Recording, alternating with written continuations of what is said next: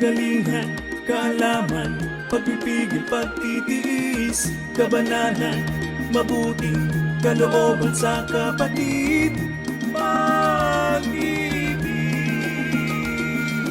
Kanayon,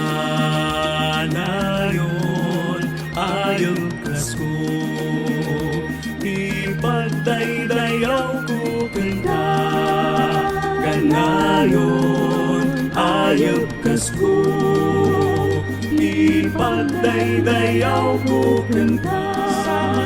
Kanayon, ayong Pasko, ipagdaydayaw ko kanta.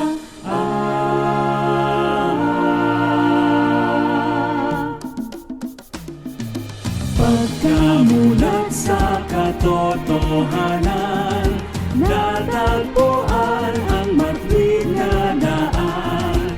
Tayong lahat dito ay napisan at nagsimula